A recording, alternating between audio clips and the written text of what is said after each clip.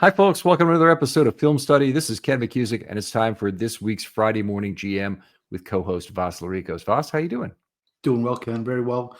Life is good, and looking forward to the regular season kicking off 1 week from today with the Thursday night already. Snuck up on us a little bit. It did. It's very, very excited about it, and hopefully this is going to be the kind of season that we expect out of the Ravens. But we've only got now we got 13 days to wait for the very first game, right? No, the very first game's a week from today. Very first game is a week from today. We're recording this on a Thursday, by the way, for release on Friday. So we'll just be careful about this. Philly and Dallas, I believe, right? Philly and Dallas. All right. First one. All right. So big news from Ravensland today is the signing of Kyle Hamilton, one of a series of very significant players coming to their re-up on their deal. Kyle Hamilton, one of the ones that I don't know about you, but I was completely confident that they would find a way to get this deal done. Yes, they weren't going to let a player of that caliber walk out of the building. The Ravens have never done that ever. They've never allowed one of their really cornerstone marquee players to leave. And Hamilton was at the top of the list as far as most wanted or most important, not necessarily the one that was most immediate from a time constraint perspective. Mm-hmm. But, Kyle Hamilton has been everything and more the Ravens could ask him to be, exemplary in every way, and continue to solidify the backbone, the spine of the defense for years to come. Yeah, it would be the highest paid safety in the game, but it'll also be a Raven through the 2030 season. So he's already signed for his fifth year for $3 million, so just on his rookie deal still. And then he had the fifth-year option for 2026, and this extension will cover years 2027 through 2030. So that is very comforting to have the extra year. It also means that with kind of normal growth in the cap, this should become a fairly high-value contract as time moves forward. Yes, I would imagine so. So he will only be 29 or 30 years old when this contract expires. So we'll still be on the right side of the age curve there. Otherwise, I mean, he did get a significant raise from the previously highest paid safeties. Kirby Joseph and Antoine Winfield are both earning just a little bit over $21 million per year. And Kyle's obviously at 25. I did think it was going to be certainly he deserves to be paid the highest. Could they have tried to shave $1 million or $2 million per year as far as, in exchange for the security of the early extension? Potentially, but this seems to be well in line with what marquee players are being paid, even though safety is a little bit of a depressed position. Yeah, I would agree. And this maybe they can even look at the rest of the division, the rest of the conference, and say there's going to be some safeties who will have to get paid more now based on Hamilton's contract. The AAV is about 9% of cap, 9% of the 2025 cap. So that'll be inflated away by the time he actually gets his first year of that contract in place and be smaller, but he's essentially getting a 2-year deferral on the start of that contract, if you want to think of it that way. He's not like he's not a free agent right now signing for the 2025 season. Right. But he's signing for the 2027 season, if you want to think of it that way. So the overlap or the lack of overlap with Roquan's contract should be noted there. Roquan will likely be off the books by the time Hamilton is earning, those big cap charges in the $20 to $30 million range. Well, that is important, and hopefully they have a inexpensive alternative then for Roquan. If you're going to pay a safety, you probably better not pay an inside linebacker. It might have to be one or the other. And of course, the Ravens paid both for many years, and it was well worth it. But sure. Both of their jerseys are right behind your head there. Yes, they are. They sure are. Okay. Well, anyway, neither of us is unhappy about the Hamilton value, but there are a number of downstream implications. There's less of a pool of money for the current key extensions after 2025. I thought we'd go after that. There's a first tier and a second tier now kind of developing, but the first tier likely or Andrews. I'll say it that way. It might well be Andrews. They have Linderbaum. There's a declination by EDC of a desire to talk about the current extensions in play for Lamar Jackson and Linderbaum. He says he likes to work in the dark. Yep. And I think that's probably good. Certainly from an organizational perspective. Do you have any fear that they might be past a point where they can make a deal for Linderbaum or make a deal for Travis Jones, maybe, or Owe? I think Owe and Linderbaum are on the close to the end of the line as far as letting them test the market, because they both have, sort of reached their plateau or reached their ceiling. And I think Travis Jones maybe just sort of betting on himself in a way after he saw Matabike do the same, where he's hoping to put it all together, so to speak, and produce better counting stats, and then take that to the bargaining table to, have a little bit more leverage in negotiations. I thought seeing the Linderbaum, they did not pick up the fifth-year option. At some point, you have to pick and choose where you're going to spend. You can't spend everywhere, and center may not be the best place to spend when it's so costly an expenditure because of the way they lump the offensive linemen together for a lot of different distinctions. Right. I'm with you on that. And there are going to be some hard choices to be made. He did allude that EDC did allude to the notion that they're not going to be able to keep everybody. So that's the first tier is kind of those five guys, and what are the chances to retain them? Give me the over under. Okay, well, let's go for percentage by player that you think each will be kept. I'm going to type mine in here, and then I'll be ready to go in a second here. Okay. Yeah. Okay. No, I probably, okay, I'm going to do that.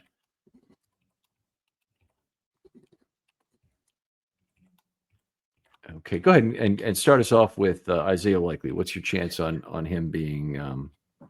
I'll go to 60% for Isaiah Likely. I think he's a priority. I think he took a step last year to maybe become tight end ones with Mark Andrews. He's a younger player.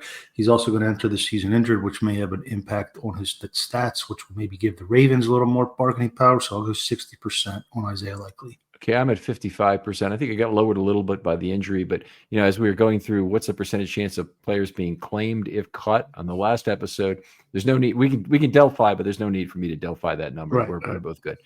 Sure. Mark Andrews. So Mark Andrews, I'll go to 40%. I think it's certainly an either or proposition there. So 60-40. He is declining a little bit. He has had some troubles in the playoffs, which may be due to some side effects of his diabetes, as far as having numbness in his extremities. So I heard that as a potential theory, because I don't think he's ever caught a postseason touchdown. All the regular season touchdowns he's caught, and he hasn't had one postseason touchdown. And he has had some drops getting older, but he is an exemplary Raven, a role model type that the Ravens like to reward with a third contract if they can.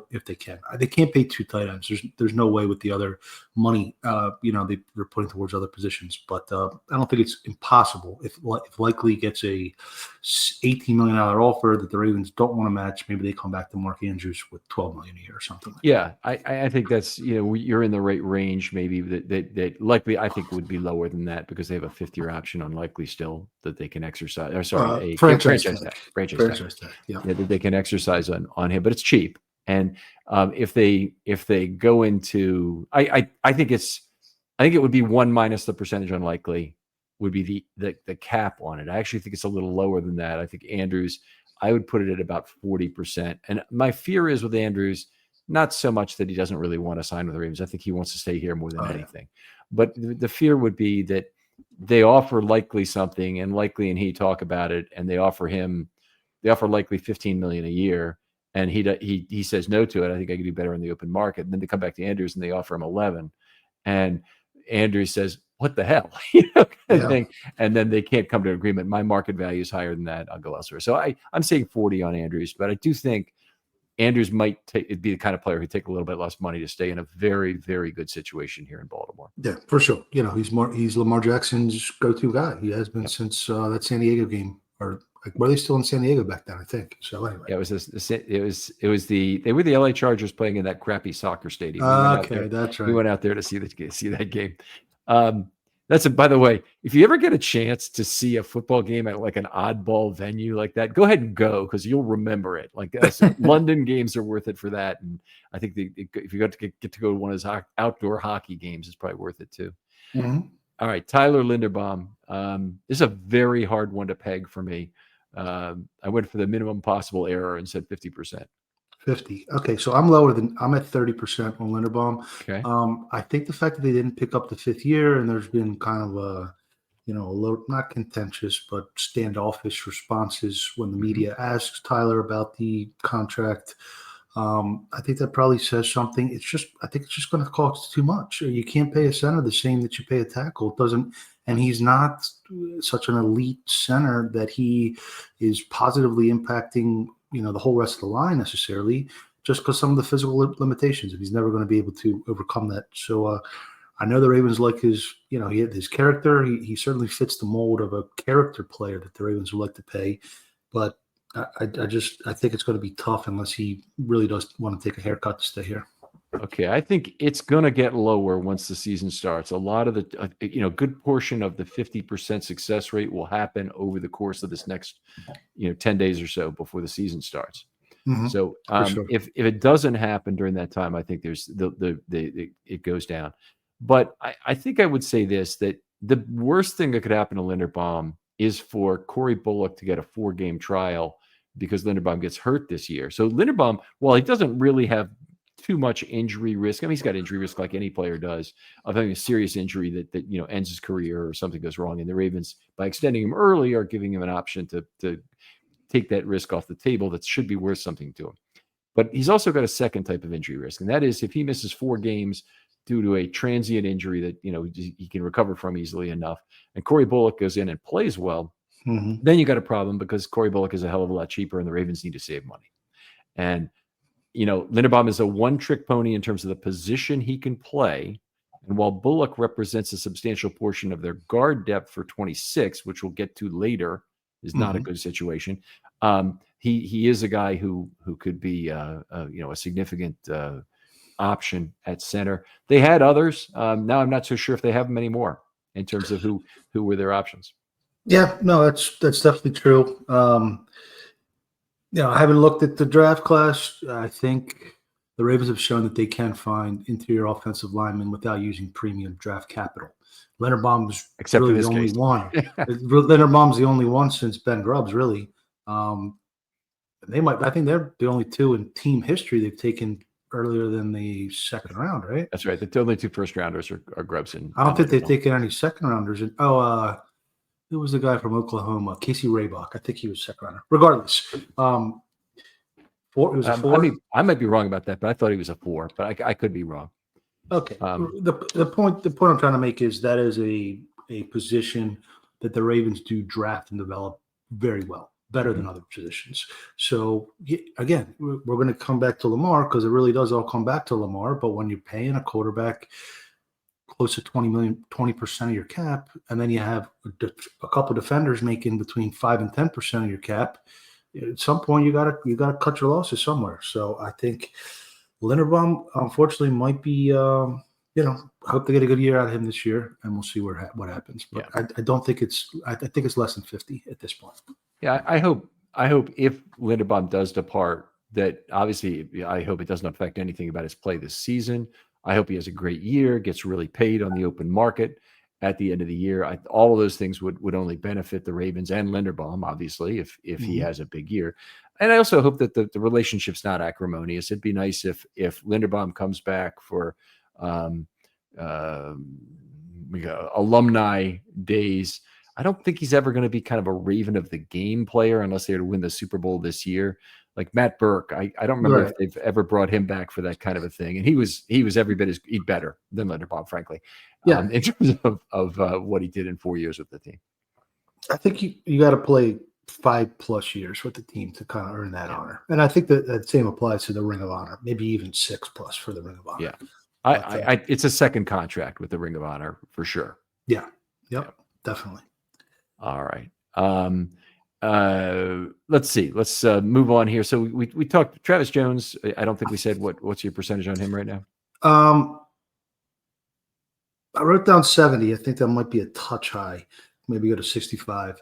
I think he fits the mold as a spine of the team, backbone. I think he also is still a little bit under the radar, so he's not record-setting or top of the market money at this point. I do think the fact that they do have Matabike on the books reduces the chance that they want to pay 2 defensive tackles a little bit. But looking at the list of 5, I do think I would peg it, and it's all speculation, but I would say he has the highest chance to be re-signed out of the 5 here. Okay, I would like for that to be the case. I actually have him tied for tied for the second lowest at 40%. Here's my fear. My fear is exactly what you said earlier: is that Travis Jones is already betting on himself for next year, and if he does, that makes this a very high risk year for him in terms of tens of millions of dollars literally on the line for him between what he might get at the top of the market and what the Ravens might. What he'll get if he doesn't have a good year, and whether that offer comes from the Ravens or somebody else.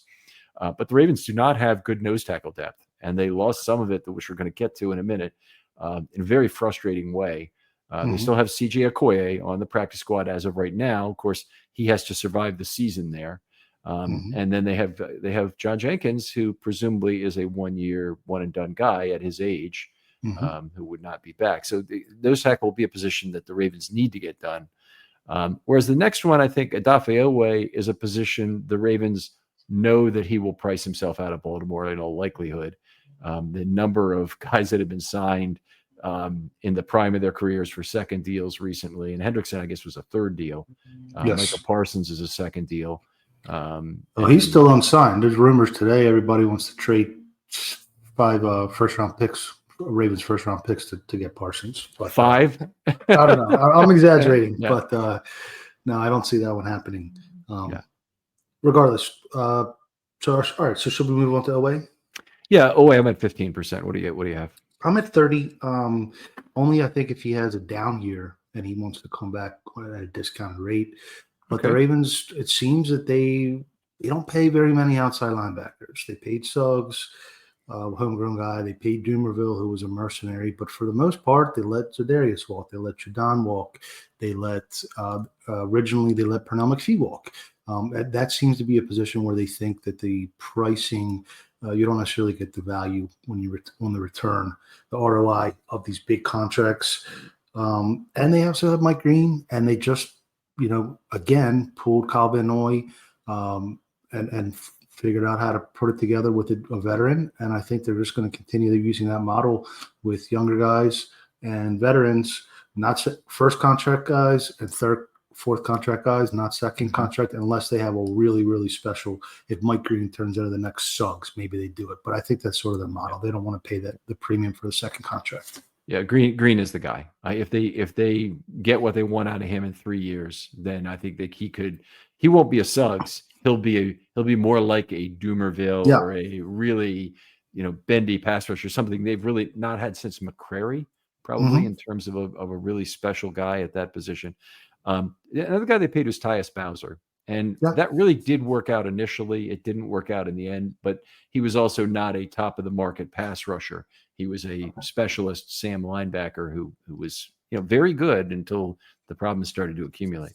All right, and then they have the Ravens still have 4 second-tier guys they need to make decisions on, and those are Kohler, and then two specialists, Moore and Stout, the long snapper and the punter, and then Daniel Falalele would be another guy. And their guard depth is not looking the way it did 3 days ago, right? As of right now, so that's quite frustrating, but it is what it is. So Daniel Falalele may have more value to the Ravens than he did 3 days ago.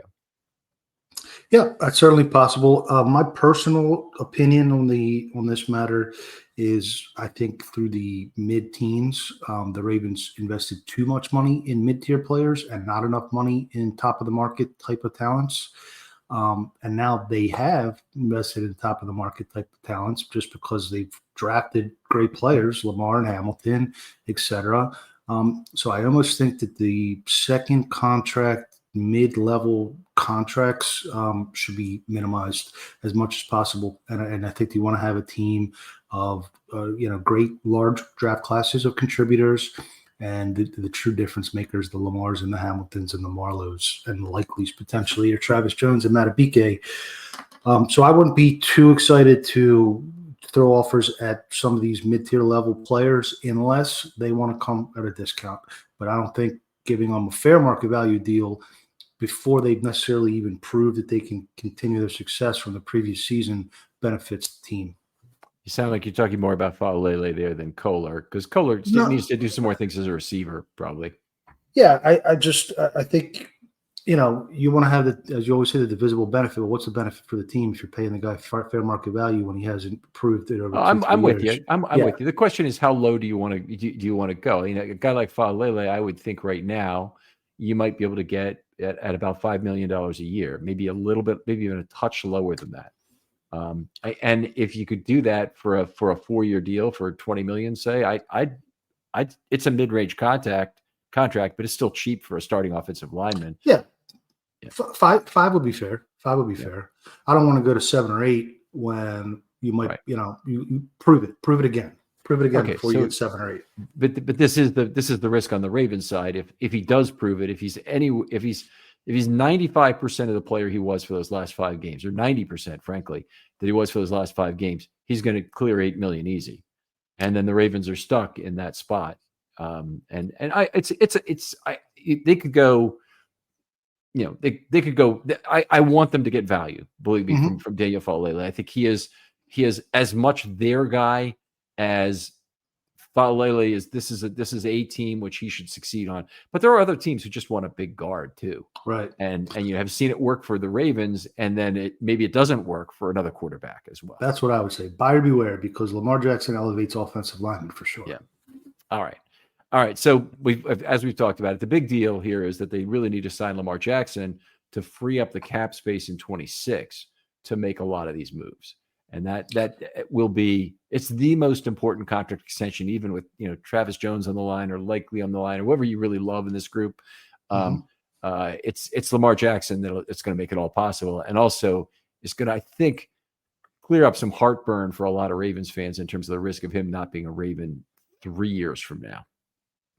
Sure. So, and there's no franchise tag clause in his contract, I believe. So, yeah, he certainly has a lot of leverage here. I believe he's now the 8th or 9th highest paid quarterback. So, in the short period of time since he signed that deal, a lot of less players with lesser ability than him are now being paid more than him.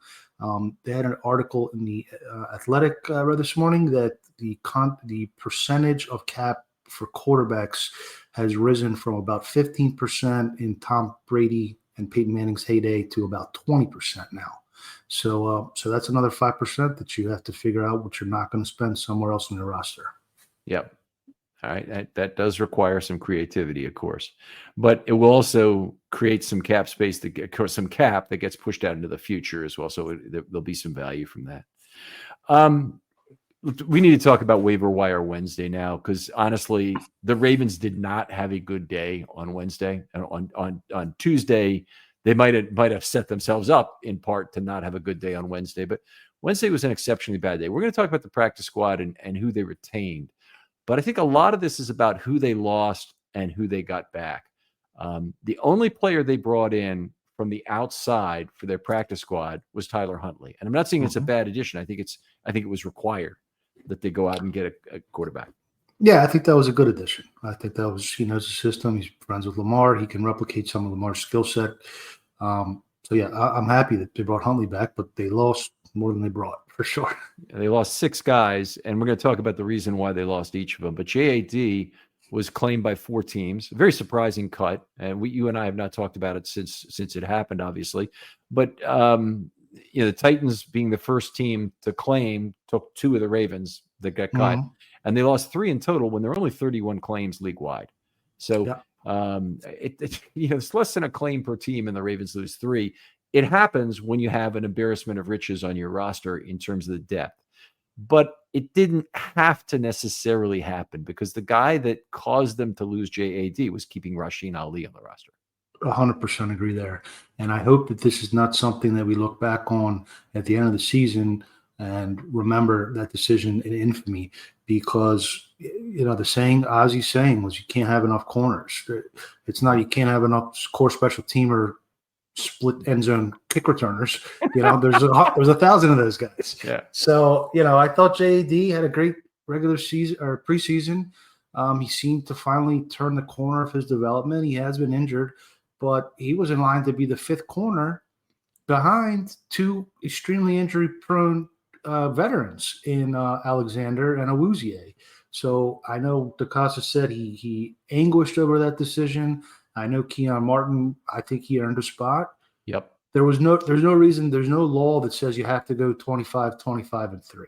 And I think that they made a mistake there. And I hope it doesn't cost them, but I just don't see what Rasheen Ali can do that Dearness Johnson, who is on the practice squad, can't do, and as well as probably 10 other guys they could find on the street whenever they want them. Right. I feel the same way about it. Now, I almost feel like in some ways Harbaugh talked about it, and so he felt like he had to go through with it. And it's one of the things. He was setting the stage. Yeah. He was setting the stage, and he knew it was going to be an eyebrow raiser, and he wanted to reward his guy for working hard on special teams or whatever. And that's one of the knocks on Harbaugh, in my opinion, is this kind of decision making sometimes. Well, he shouldn't have. First of all, this isn't Harbaugh's decision to make. It's DeCosta's, to be clear. But Harbaugh should not have said it in advance, and he probably was campaigning for it as they were going through, and especially campaigning. I'd be more concerned about this, that Harbaugh is campaigning for a 25-25 split, and I'm okay with the 25-25 split. I would have kept another lineman. Right. I'm not taking Ali. But if you're gonna do a 26-24 split, this is the only kind of year you could ever do it where you have a bajillion talented, young defenders. You're at risk of losing. We're gonna go through all that. But this is just it wasn't handled well in terms of that particular cut, in my opinion. And they had 6 weeks to kick the can down the road had they cut Ali, because first of all, there's only one running back taken in the entire across the league. One of the 31 guys taken was a running back. I forgot his name, but Raheem, or I forget if Raheem is actually his last name or his first name, but I think it's Raheem is his first name. But Raheem Sanders, I believe it is. Okay. So it was mostly defensive backs and linemen were the two. Yeah. And that's not atypical, that cornerbacks are a lot of who gets taken, and inside linebackers are also not that big a risk. So while I'd love the Jay Higgins story, I might have taken a risk on Jay Higgins. And the reason I would have taken a risk on Jay Higgins is you also have Chandler Martin. And so you maybe have a guy you like almost as much that you can keep around. But they had other ways they could have done this. And I did not like the fact that they, we're not able to trade Ali, or sorry, we're not able to trade JAD, and also just let him go in exchange effectively for Ali. I mean, if you have 4 teams that put in a claim, you think that there would one of them towards the back end of the waiver order would say, okay, here's a conditional 7th or some sort of compensation. They spent all this time developing him. He finally developed into something good, and then they just pulled the rug out right out from him. Right. And I do understand the notion that JAD's only got 1 year to play for the Ravens. But I also see there's a whole bunch of injury-prone corners in front of him. And his chance to play as a number 5 corner right now in this roster is very high. Now they're going to have Keon Martin, and he'll probably play too in terms of a guy. I assume TJ Tampa is going to get some initial run this year. And he's had a up and down preseason, I think is the best, most favorable way I can put it. It could kind of had, frankly, some difficulty with the speed keeping up. So I think that, I'm glad there's one name that I'm really glad the Ravens were able to sneak through, but I'm really upset that they lost JAD. You ever have one of those days where everything's off? Well, Mood can help with that. And let me tell you about Mood. It's the online cannabis brand that is changing the way we handle everything, from stress to sleepless nights, with functional gummies that are 100% federally legal cannabis. Mood launched to make cannabis affordable, accessible, and transparent, while at the same time supporting American farmers growing premium hemp on small pesticide-free farms. Their gummies are next level. Seriously, I've tried a few, and each one feels totally different. The Sleepy Time gummies, out like a light, immediately asleep. The Epic Euphoria, it's perfect when you just need a reset to feel good again. What makes them unique? Mood combines THC with herbs and adaptogens, so you get real targeted effects. You're not going to find this in your typical dispensary. And here's the best part. Mood ships discreetly to most states, offers a 100-day satisfaction guarantee, and right now you get 20% off your first order with the promo code RAVEN. Just head to mood.com. Find your perfect gummy and use the code RAVENS at checkout to save 20%. Let's talk about the rest of the guys, because we can't take too long on anybody. So the Titans also claimed CJ Ravenel. Now he's a loss. I projected a 10%. I kept my percentages here. I don't remember what yours, but it's probably similar. Yeah. In terms of the probability of him going. That's just really unfortunate because he'd be a good guy to have on the roster as a backup defensive tackle. Bo Braid claimed by 2 teams, which shocks me that there was that much interest in Bo Braid, but good for him. I'm glad. I think he has a skill set that plays in the NFL. The problem with the Ravens is they also have Cole Hamilton, who has that same skill set, but he's 10 times better. Yeah. And I thought that Braid was going to make it because of special teams. So Bo Braid, I had also a 10% to get cut.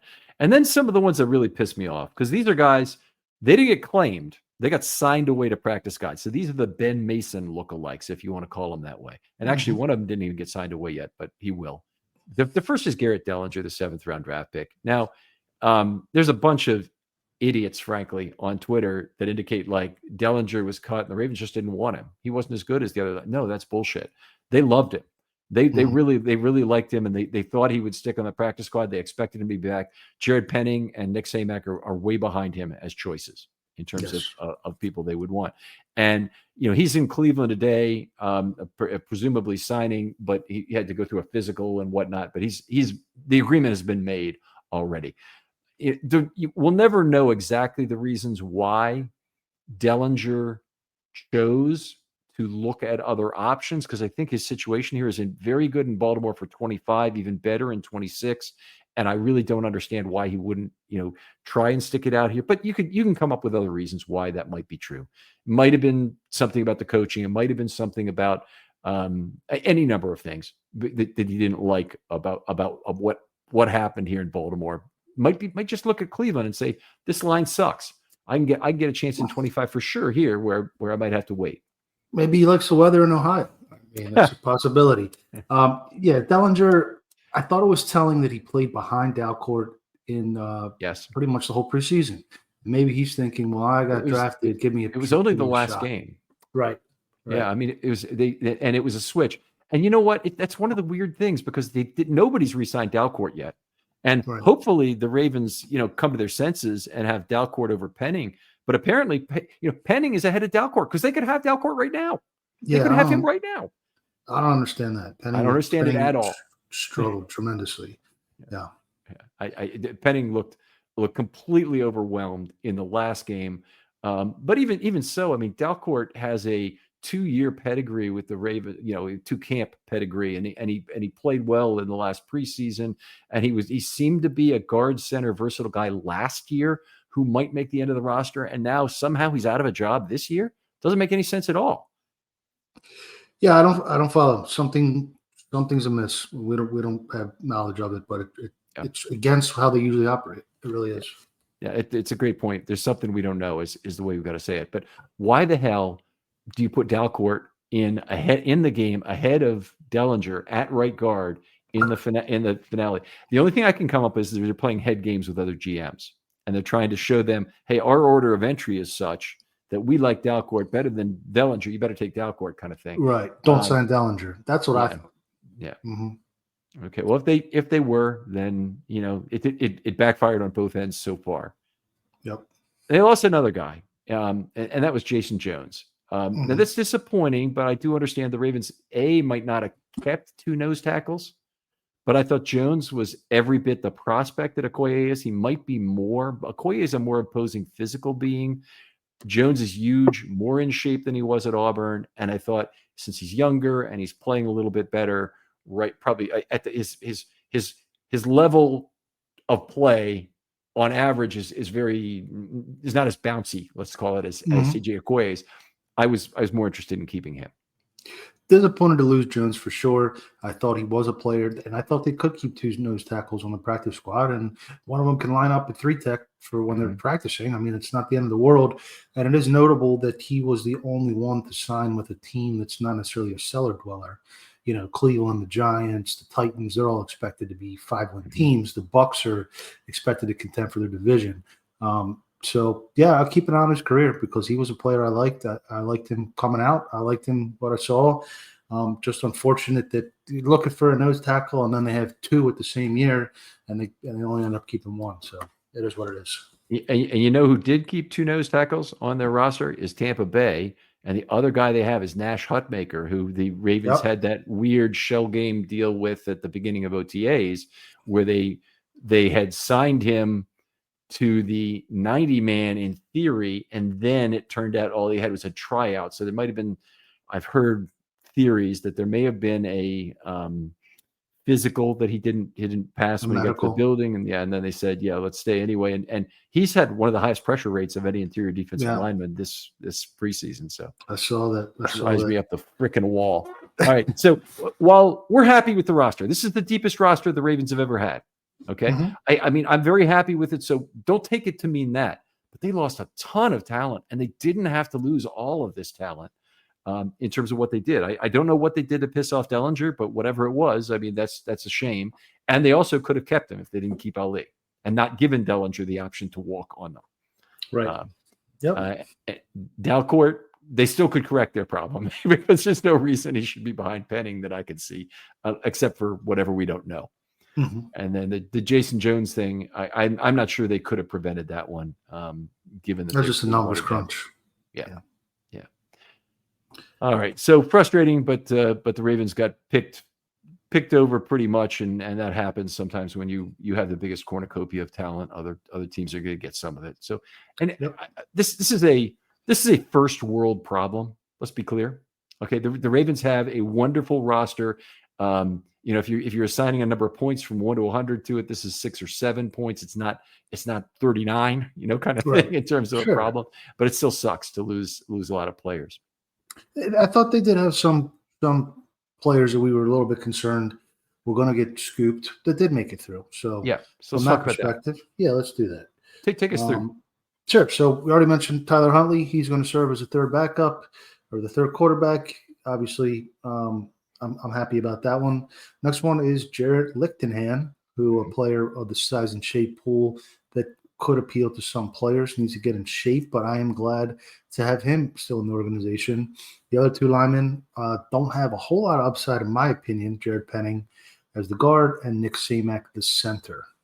Yeah, so I'll opine quickly on all of those. Tyler Huntley, we didn't want him as a number 2 in Baltimore, and I think correctly so. I think they needed to move on and get a quarterback. I think Cooper Rush has done a lot more already this preseason to show that he could maybe manage the Ravens through a couple games.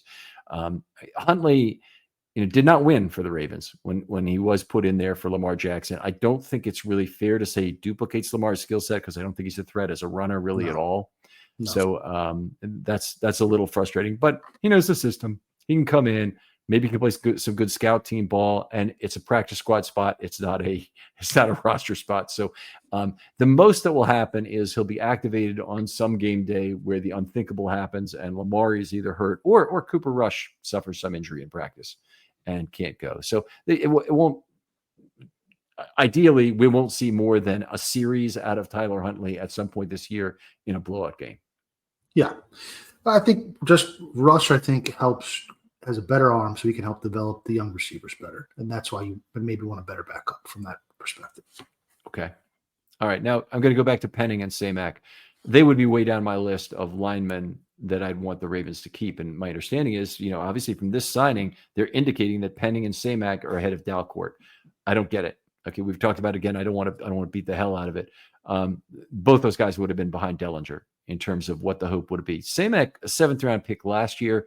I understand that, he had a decent preseason last year. This year, he really pissed me off. 3 straight games, he made basically the same sort of error where he did not have the proper depth on a stunt handoff. And each time it caused a big play. So it's in some ways that's less forgivable than if you make 3 different errors. So I didn't like that. But he's a smaller guy. He's not a special athlete. He's not a guy who I believe has any real guard center versatility. Right. So, at 300 pounds, he's a really undersized guard.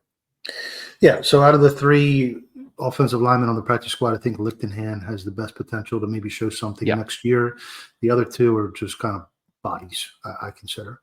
So hopefully they don't carry them next. They find better players for next year. Move on to the next grouping, I guess. Fullback Lucas Scott, another player who could have been claimed. I was glad that he returned. Dearness Johnson, the running back. I think he provides pretty good depth.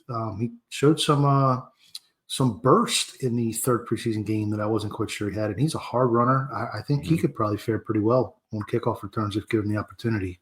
Yeah, I think there's two things about him. First of all, he's got 3 elevations to give. So if you just need a backup kick returner, he's your guy. If you don't have the legs otherwise to do it, it basically means if one of Mitchell or Ali is hurt, or Ali is cut and goes elsewhere, you've got 3 potential elevations for him. It could have been 6 if Ali was on the practice squad. You'd have had 6 elevations to use, but not to go any deeper with that. But it also, the nice thing about having Ali on the practice squad, it would have been kicking the can down the road for 6+ weeks, because he doesn't have to be, you don't have to do it every week, but you might. And then you can make a decision then because somebody else gets hurt. Justice Hill goes down, or even, God forbid, Derrick Henry goes down. You still have a pretty good room. And I don't think they were going to lose Ali, which is the real issue with that. 100% agree there. 100%. Tight end Zaire Mitchell-Payton. I'm sorry. Go ahead. I'm sorry. I just had something to say. Very excited to have Lucas Scott back. Yes. I think he is a great replacement for Ricard. It could be as early as next year. We've been saying that for the last 5 years since Ricard started having the hip problems. Yeah. We've been talking about the possibility of Ricard being done, and all of a sudden, this is his 9th or 10th season now this year. I'm looking up his contract as we speak. And 8 years. So yeah, he's going into his 9th. He's 30. Will be 30. He's 31. Turned 31 in May. And this is a 1-year deal. So I could definitely see the cliff coming.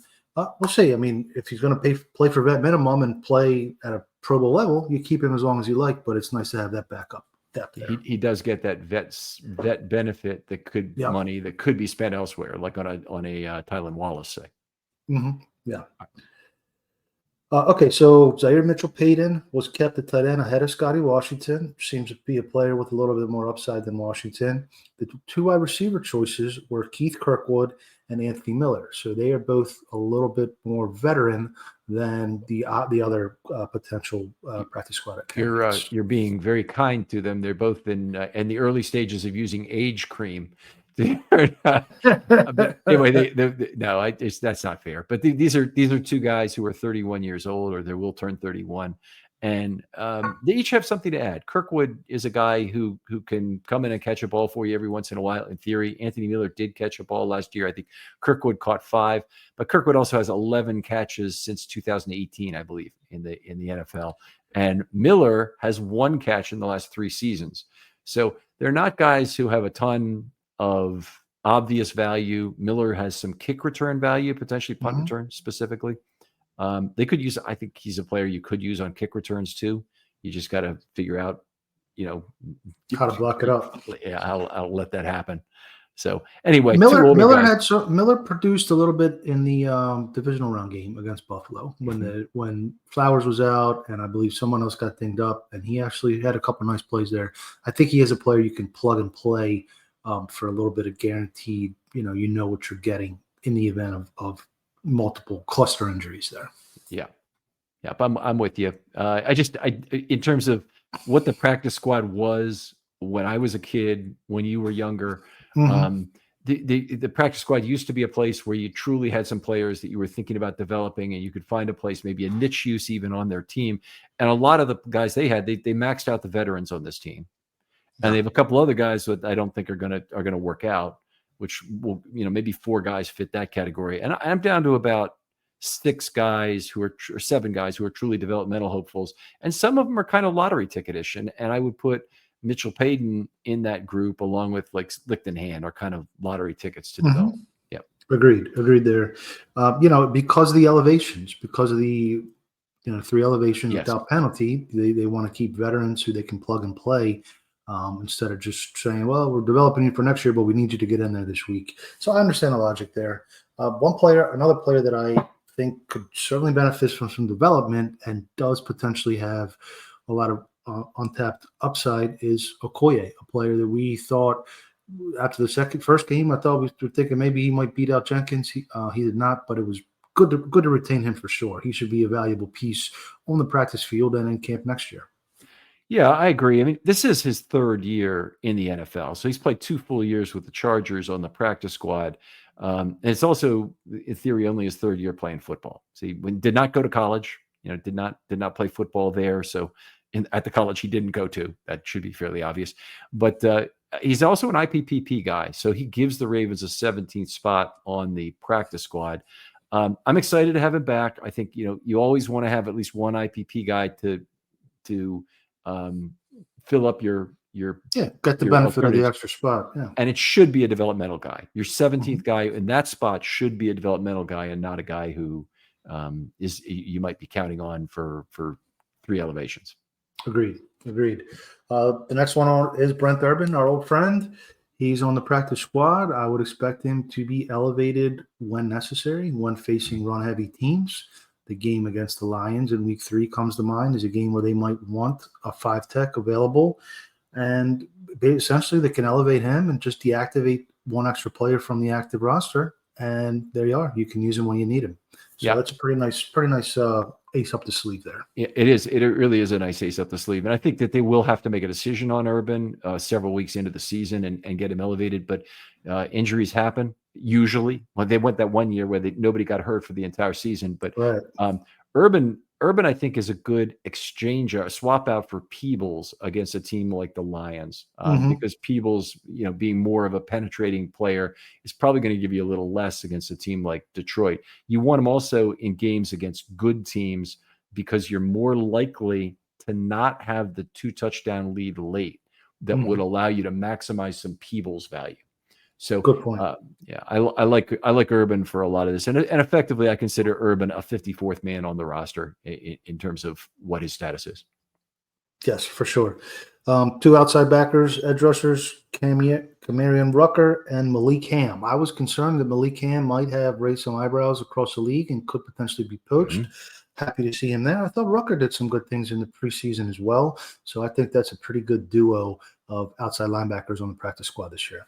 Yeah, absolutely. They both played well in the fourth quarter of some games, in the second half in general.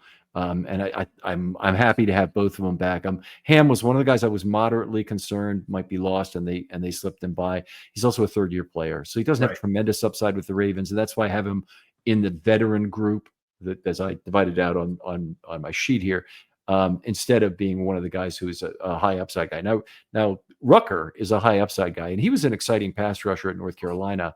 So he could be a guy who all of a sudden you have an outside linebacker who can rush the passer you didn't really expect to have. Yeah, it's great organizational depth to when you need them, you elevate them if you do need them. And if not, hopefully you keep hold on, bring them into camp next year, see if they can take that next step as what's the Bullock did, the center. Yep. Well, while we're on the outside linebackers, what do you think they're going to ride with what they have in terms of David Ojabo or make a move before the opener? It's hard to say. If I had to guess today, I would say they're going to ride with Ojabo. Clowney's the obvious Jadarius Smith's potential as well. What does Clowney want, and how much playing time do they have for him? I think they want to give Tavius Robinson more reps, that they want to assimilate Mike Green into the rotation. So I'd say probably not, but that could certainly change once they see. It's just at some point they're going to run out of game day jerseys, and Ojabo is pretty much earmarked for inactive. And if you bring Clowney, then who are you now deactivating? Like Green? I don't know who it would be. Well, they have the option to cut Ojabo is running out of time. At least I think it is. I don't believe they've messed it up by putting him on the 53, but I believe if he plays week 1, and I need some clarity on this, because if they cut Ojabo at this point, there's still fairly significant cap savings from doing that. $2 million, right? Yeah. So it's not insignificant. And if you're seriously going to inactivate him, that is too much to pay for a deactivated player. I mean, I don't think he provides you $2 million worth of insurance. And I'm not sure how much I want that, how much I value that insurance over a player like Malik Ham. Agreed. And if I had my choice, I would have kept Armour Davis over Ojabo. I think the fifth corner is more valuable. Yeah. Fifth, you could probably, anyway, fifth outside backer, fifth corner is more necessary and needed than fifth outside backer for most seasons. I would agree with that. And I didn't really think of it I am sure they probably made some calls about a Jabo to see if anybody wanted him, because they can't be happy with the deactivation cost of him. So, Right. all right. Chandler Martin, inside linebacker, another player that Jay Hummel made it. We should also just touch on Jay Hummel made it, Ruben Lowry made it, and Keon Martin made it. So 3 undrafted rookies. That's quite the feat for a team with this many draft picks and this steady of a roster. But back to Martin, he did pass through. I think he has some potential, and I think he could help on special teams this season. He could be activated or elevated for special teams this year. So you did a quick combination of names. There's Jay Higgins and Jake Hummel made the roster, but they both made it. And Jake Hummel was a guy. Yeah, you said Jay Hummel, but that's okay. But it could be that Hummel was a guy that they cut and then they brought him back or whatever. He didn't have a whole lot of guaranteed money, so they could have kept Higgins there instead of Hummel. It would have been another option to create a space, temporarily, or they could have just made the move. Said Hummel, hey, we're putting you on the practice squad. We want you back, but we can't promise you when we're going to get you back. And just had that play out as it does. If he leaves the team, then you have a younger player at least there who's a 4-year project in terms of Higgins. And at least you would have that value. With Chandler Martin, part of the reason why it wouldn't have been terribly upset or surprised if they cut Higgins was that by having 2 inside linebackers, there's a good chance they retain one. But we see how well that worked out at guard, and now I'm kind of concerned about how that might have been. I mean, I hate to be as negative as I am about just what happened here, but it was they got purged. Well, it did work out at D tackle, right? Because we thought they lost Jason Jones, but they kept Okoye. So that was sort of we're gonna demote 2, and hopefully one will stick. On the topic of inside backers, I did notice that both Christian Welsh and Delshon Phillips were released from the teams on cutdown day. So not every team values backup core special team inside linebackers as much as the Ravens. So if you were interested in one of those and you wanted another backup special teamer on your roster, I think the guy you have multiple choices, but you could get rid of Dearness Ford, get another R1 running back. Yeah, I'm sorry. Dearness Ford, I put it here. Yeah, he is Dearness Johnson. If they got rid of Dearness Johnson, they brought back the inside linebacker Welch, say, then they'd have him available for special teams, at least for 3 activations, then for potentially being on the roster if they have some attrition after that. But you can also still get a running back and it'd have it be an R or 1, possibly to replace one of the other players on the roster, whether it's a corner or potentially a lineman. Yeah, we'll see how this takes shape. I mean, this isn't set in stone. There's probably going to be a couple moves here and there. But anyway, I'm glad they brought Martin back. I think he has some potential, and he's a player I'm glad they kept in the organization. The next player up is a player I know you're happy they kept in the organization, Marquise Robinson, the corner. Yeah, huge retention for the Ravens there. And I thought there was a pretty good chance he'd be taken. He was one of the real stars of preseason. He's targeted 10 times during the preseason, only 29 yards allowed. Had a really decent number of coverage snaps. It was like 65 or 75 during the preseason. So played well, and certainly could have been a guy. Wasn't as flashy as what Thomas Graham did in that last game, but Marquise Robinson was consistent and outstanding throughout the preseason. I thought he was a guy that the Ravens are very fortunate did not get poached, and I still think he will at some point. Well, he could potentially see some game action if injuries do strike there, because they're thinner than they were without Armour Davis. And Thomas Graham also made it. He had that nice interception late in the fourth quarter last game. Getting a little older, though. He's not a developmental player, as you know, here. Yeah, so Thomas Graham is 26 years old. He's had 5 years in the NFL. He actually didn't play football the year before that. At Oregon, he opted out due to COVID. So his last football that he's played on a full season basis was in 2019 at Oregon. That's a long time ago. There's a lot of people, like Kyle Hamilton or Linderbaum or people like that who were drafted, Matabike, who played a lot of football since then. And he's bounced around between 4 teams, originally a 6th round pick of the Bears, and then with Cleveland, Pittsburgh, and now Baltimore. I was surprised it was only those 4 teams. Often a guy like that might have been on 7 teams by now, but he has some speed, a sub 4.5 40 originally. And so I think they were excited about it. Yeah, we'll see how he factors in. He'd probably be, somebody else comes available and they're looking to make a move. I could see him being released for a better prospect. But, I remember him coming out too, and he had some ability then. Just hasn't quite put it together. Yeah. One more name on the list, Keandre Jackson. Yes, sir. So the safety. Yeah, Keandre Jackson and Igbinosun were true lottery ticket UDFAs. A couple guys coming out of college who hadn't really had great success there in terms of what they'd done. And I think they hoped that either one of them could have developed into a back-end split field guy. Keandre Jackson seemed to show a little bit more there than Igbinosun. And so he was a little bit ahead of him on the order of entry in the final games. And I don't think he's a guy the Ravens would be. He certainly is not a guy that threatened at all in Ruben Lowry's position or Bo Braid's for that matter. But he's a kind of a next man up at safety. Yeah, I think you need 5 safeties to practice. Somebody's banged up in the regular season. You don't want to force him to practice. Obviously, that's really his role. I don't see necessarily a long-term future. Maybe he makes a jump, but you need bodies at certain positions in order to practice. That's why they call it the practice squad. And he could be a guy they bring up for a game, certainly to play special teams primarily, and he's done a lot of that in camp. So it's just odd that now that they have this ability to promote players for special teams, and they're still keeping special teams only players on the active 53. That to me is a misstep. Yeah, they've got some of that, and they've got some like a Jabo who's outside linebacker only. So they've got and they've got Carson Vincent, who's a developmental lineman. I mean, they do have some roster constraints that are built into who they are this year, but they did some things. I mean,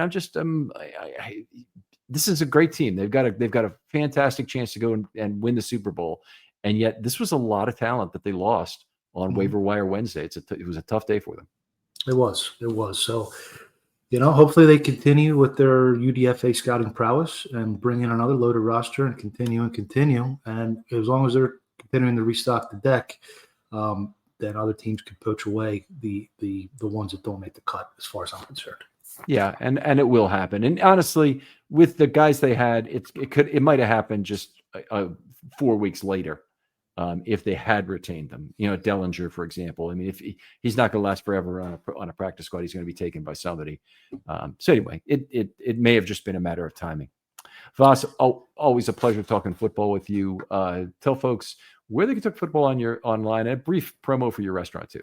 Sure. I am on Twitter X at Vasilis Fiamata, Vasilis Fiamata. Fiamata is the name of our new Italian restaurant and lounge located at 2900 Baltimore Boulevard in Finksburg, Maryland. We've been open for about 6 months, and please give us a try and put our cuisine up against anybody. All right. I've been there a couple of times. I really enjoyed it.